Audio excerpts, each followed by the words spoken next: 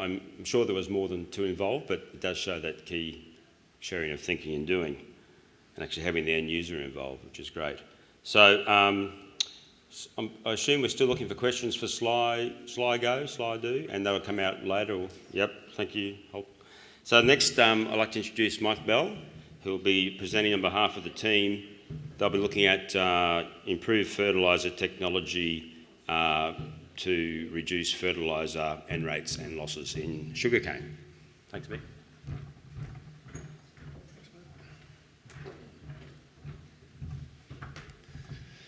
Good morning, everyone. Unfortunately, there was not a tag team here. There's just me today because Julian couldn't be with us.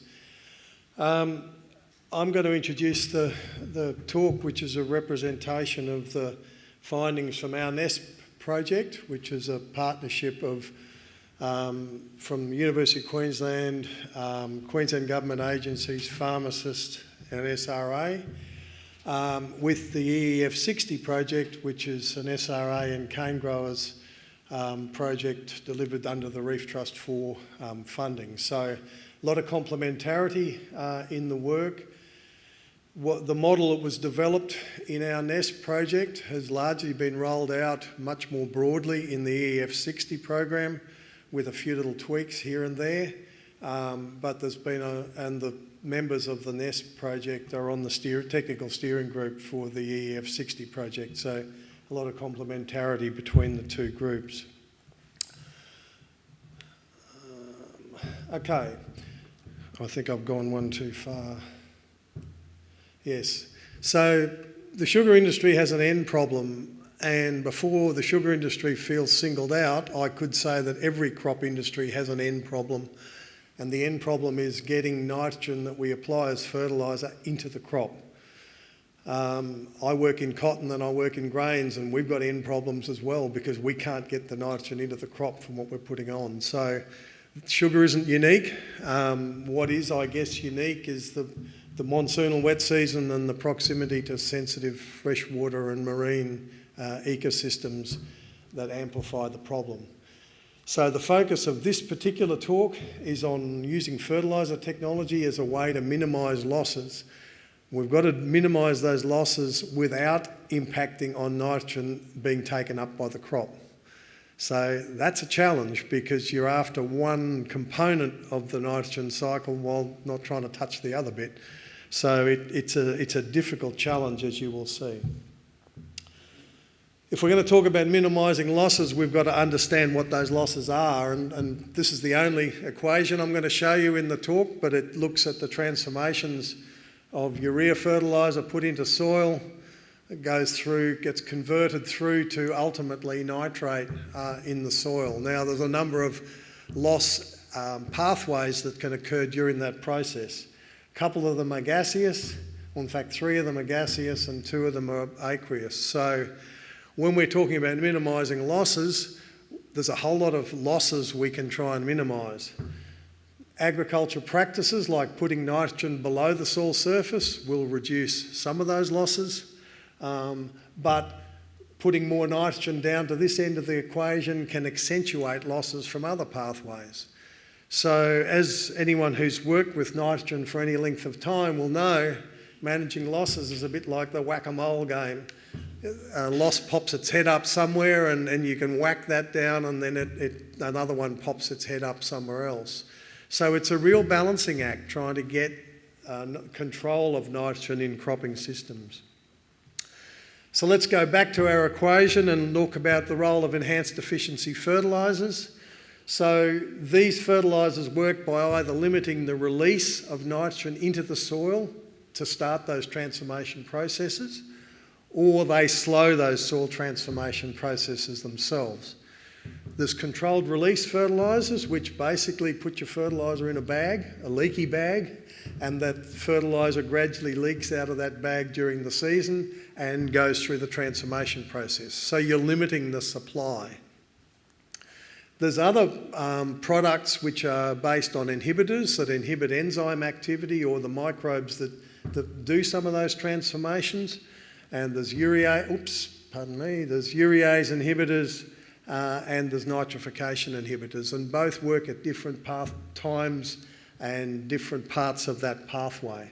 And so you can imagine that in some instances a controlled release product would be more useful, in others an inhibitor product might be more useful depending on what's going on in the soil. And so that's one of the challenges, which product do we use? And the critical success factors, you have to get the nitrogen into the crop when the crop needs it, and you have to make sure that that nitrogen is taken up by the crop more efficiently than it is now.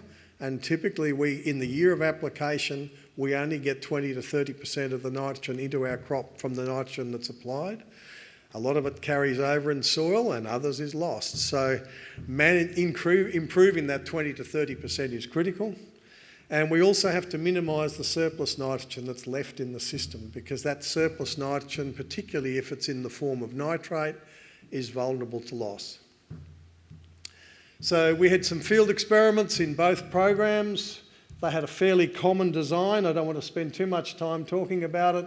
We used as our benchmark nitrogen applied as urea, calculated at the 6 easy steps district yield potential benchmark, the industry BMP.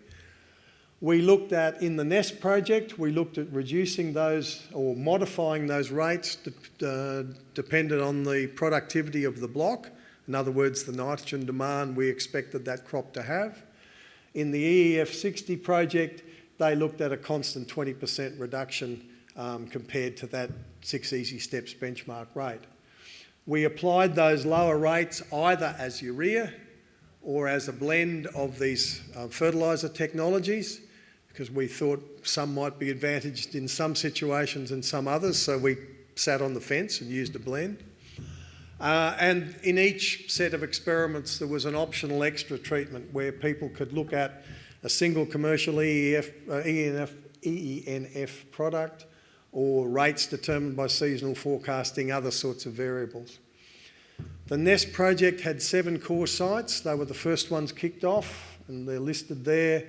Freshwater, 2 at Tully, 1 at Silkwood, 1 in the Burdekin and 2 in Mackay, monitored across 2 to 4 successive crop seasons. The EEF 60, a much broader range of sites, soil types, seasonal conditions, nitrogen application times. So 60 sites, a strong focus on the wet tropics, but a coverage of the industry more broadly. And only 2 returns to date. The data from the third is being harvested, is being processed as we speak. That's the distribution of the EEF 60 sites. So as you can see, half of them in the wet tropics. There's then a smattering in the Burdekin, central and southern regions. So, key findings. So this is the NESP data I'm showing you first. And just to explain the graph I'm showing here, we're looking at fertiliser nitrogen rates, a relative fertiliser nitrogen rates compared to the industry benchmark. So 1 is N applied at the 6 easy steps DYP benchmark rate, and 1 on the y-axis is the yield that you would have achieved if you'd have applied nitrogen at the benchmark rate. So as you can see, as nitrogen rates as urea drop below that 1, our productivity drops slowly below 1. So a 20% or even a 40% reduction in nitrogen rates, we're looking at probably a 10 to 15% reduction in yield if we drop N applied as urea fertiliser. If we use EEFs, we see a mixed bag in a number of the sites. This is just the NESP data, remember. The productivity doesn't change all that much. It might be slightly better than the same rate applied as urea. But in some instances, we have some spectacular successes, and we do get significant yield improvements by using that EEF blend. This is 7 sites, all late applied, so a very small snapshot of the data. If we look at the EEF 60 sites, which is so adding another 30 sites in the wet tropics, and again I'll explain the graph here. So we've got our urea 6 easy steps rate, the reduced rate, 20% reduction as urea, that same low rate as applied with the EEF blend, and this wildcard treatment, which was a mix of different technologies in different places. You can see a very similar pattern. We get a reduction in cane yield on average, pretty noisy, but a reduction in cane yield on average if we drop N rates as urea. If we use the EEF blend, we've eliminated on average that yield reduction. When we look at CCS, we see CCS bouncing around depending on nitrogen availability, so lower CCS with more N available. And the net effect in sugar production shown down here. So a slight drop in sugar production if we drop rates just using urea. If we use the EEF blend at the lower rate, we've recovered that productivity loss. So essentially, this is what we were trying to demonstrate, that if we can use these products, we can reduce losses, we can maintain productivity, and we can de-risk some of the productivity or the potential for productivity loss. When we looked at across the whole EEF 60 program, we see a very similar pattern, although muted somewhat. So the biggest effects of these EEFs were in the wet tropic sites. But again, you see using urea at lower rates, productivity drops a bit. If you use the blend of controlled release and inhibitor products, you restore that productivity. So the other key finding is that EEFs, this is the NESP data only I'm showing you here, and what we're looking at, the orange dots are the crop nitrogen recovery when you apply it as urea. The blue is the crop nitrogen recovery when you apply it as the EEF blend. So just about in all instances where we've used the controlled release and nitrification inhibitor blend, we improve crop recovery, which was our objective.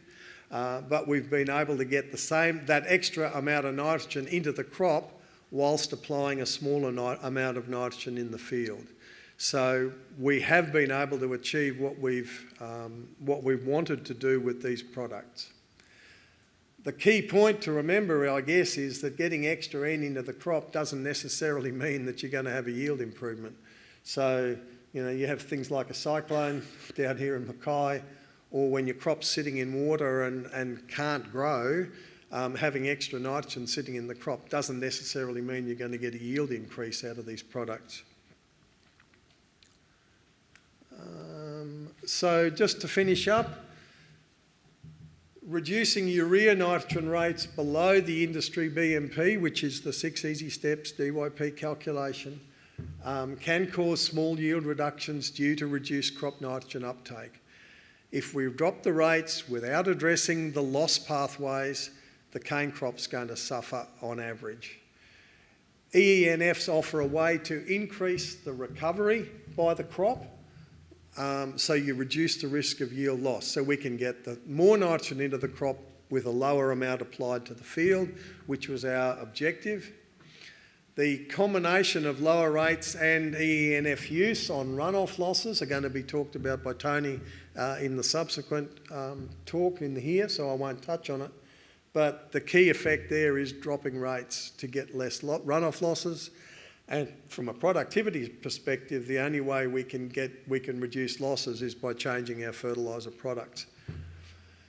The higher costs of EENFs challenge their profitable use, although the gap is getting smaller. And for some of the nitrification inhibitor products, a reduced rate, or the savings you make by reducing your fertiliser rate, roughly equates to the cost of the increased cost of the fertiliser product per kilo of nitrogen. So that's promising.